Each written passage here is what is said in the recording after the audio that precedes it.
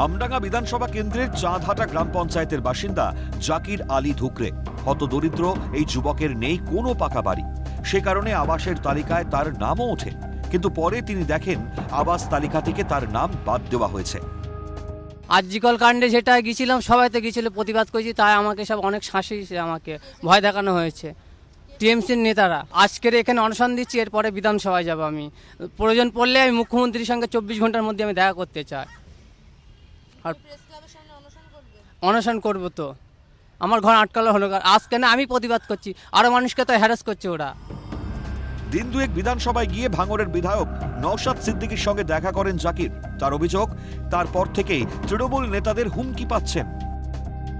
আবার ঠেক দিয়েছে আমাকে টিএমসির নেতারা, বলছে ব্যবস্থা করা হবে, ভিডিও নাকি আমার নাকি কেস করবে নাকি আমার নামে নাকি। ধর্নায় কাজ না হলে এরপর মুখ্যমন্ত্রী এবং প্রয়োজন পড়লে প্রধানমন্ত্রীর সঙ্গেও দেখা করবেন বলে জানালেন দৃঢ় প্রতিজ্ঞ এই যুবক।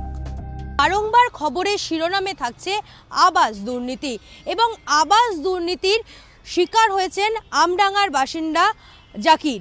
জাকিরের অভিযোগ, আবাস যোজনায় তার নাম থাকলেও মেলেনি বাড়ি। কারণ হিসেবে তিনি জানাচ্ছেন, আরজিকর কাণ্ডের প্রতিবাদ করায় তার বাড়ি মেলেনি আবাস যোজনার তালিকায় নাম থাকা সত্ত্বেও।